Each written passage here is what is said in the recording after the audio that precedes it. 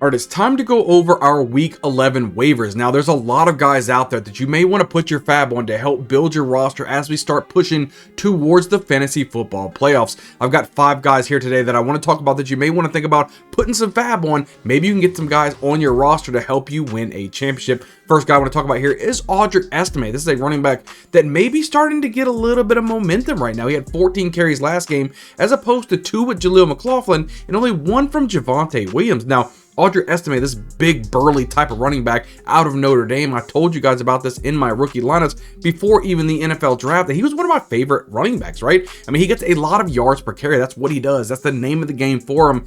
He's good at getting some yards. Just look at what he did last week against the Chiefs. 14 carries, 53 yards, and 0 touchdowns along with that. But he ran for 3.8 yards per carry with the Chiefs. But the defense of the Chiefs is only allowing 3.7. So a lot of people maybe look at that 3.8 and be like, oh, he only had 3.8 yards per carry. That's not very good.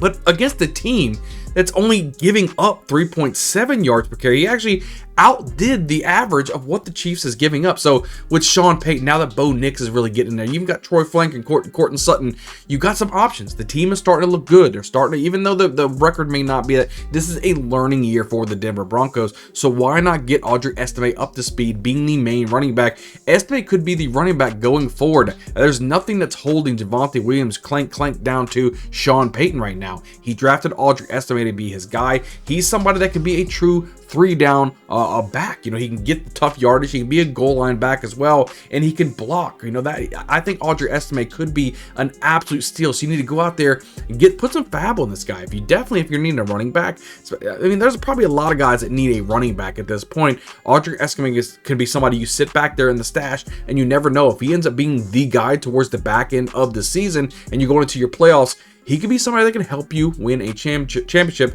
Audric Estime is a really good choice in my opinion. So we're right along here. Another guy you might want to think about for waivers this week is Marquez Valdes-Scantling, the newly, I guess you could say, #1 wide receiver for the New Orleans Saints. Chris Olave put on IR. He might even be done for the season. No more Rashid Shaheed. They got rid of A.T. Perry.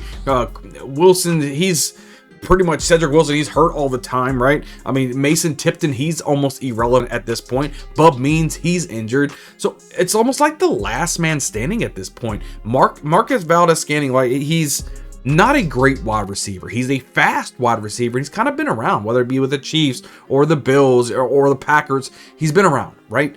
But he had a great performance with Derek Carr at quarterback. Look what he did last week against the Falcons. 3 receptions, 109 yards, and 2 touchdowns. He had a 57% snap share along a 12% target share. So he's involved into this offense. So it could be a lot worse. You know what I mean? You can go out there, but if you're just looking for maybe a bye week fill-in, maybe somebody, if you got a lot of injuries at the wide receiver position and you need just a flyer, maybe even a flex play, Marquez Valdes-Scantling could be an interesting option. They got some really good matchups coming down the stretch that he could probably provide some really good, I don't know, bonus play for you, right? I'm not by any means saying that Marquez Valdes-Scantling is going to be the next Tyreek Hill or Jamar Chase, but he could be a decent, flex play. Maybe you need a bye week fill in. Maybe you got an injury that you got to maybe get somebody over the hump. Maybe just plug in Marquez Valdes-Scantling.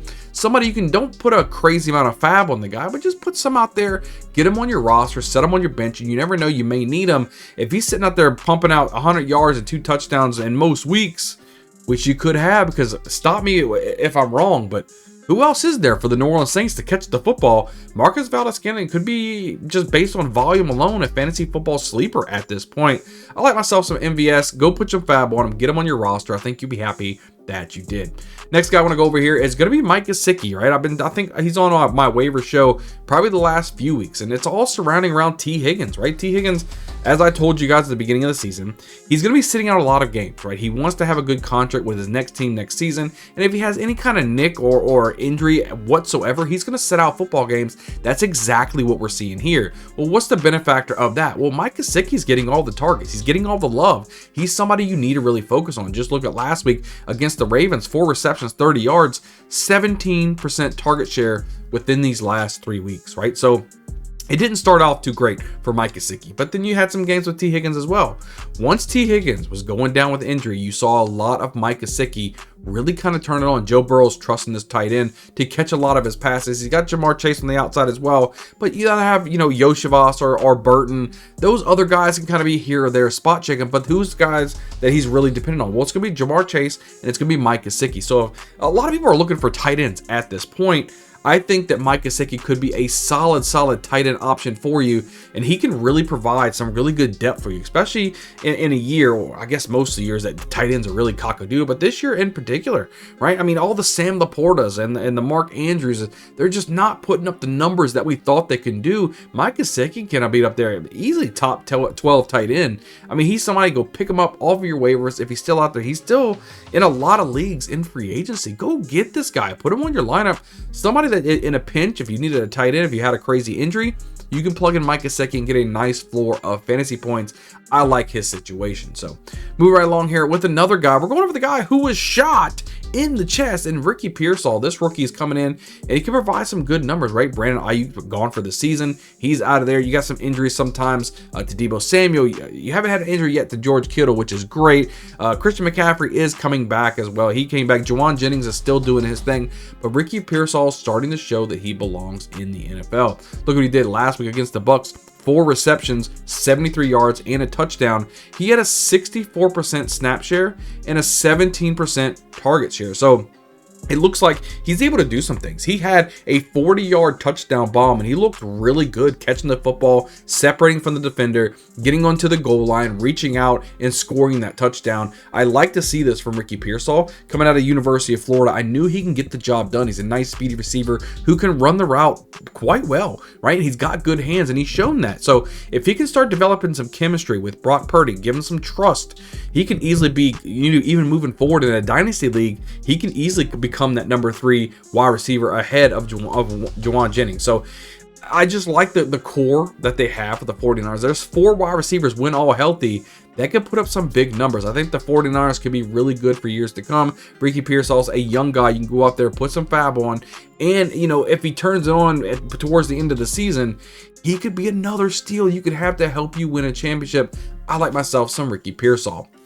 Last guy I want to go over today, the number 5 right here. We're going Will Levis. This is a guy that was injured for a while, went out there, Mason Rudolph came in there. Well, now Levis is back from injury, right? Now, I'm not saying he's going absolutely bonkers, but he had a really good fantasy game last week. I mean, see what he did against the Chargers, 175 yards, 2 touchdowns, had 78% completion percentage.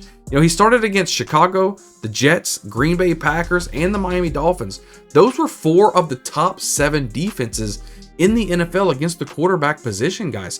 So he had a tough sledding to begin the entire year. So you can't just chalk off a lot of things, right? A lot of people are high on Will Levis, including myself, but he just so happens to start the schedule and all the season against some of the top guys, right? 4 of the top 7 defenses.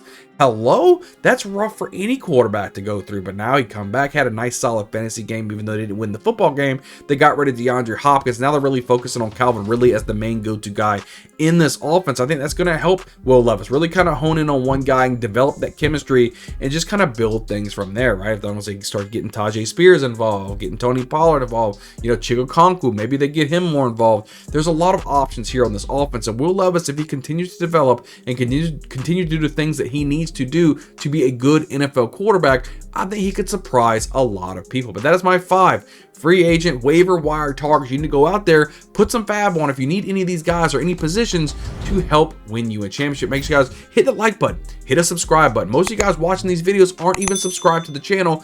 Do me a favor, hit yourself a subscribe. We're popping out multiple videos each and every week to help set you the best lineup possible. We ultimately want you to win a championship. That's what we do right here at the Bayou Bingo Fantasy Network. And leave a comment down below. Is there any waiver guys that you're looking forward to adding this week? Let me know in the comments below. I'm really interested to see that, and I can't wait to see you guys on the next video. We'll see you guys next time.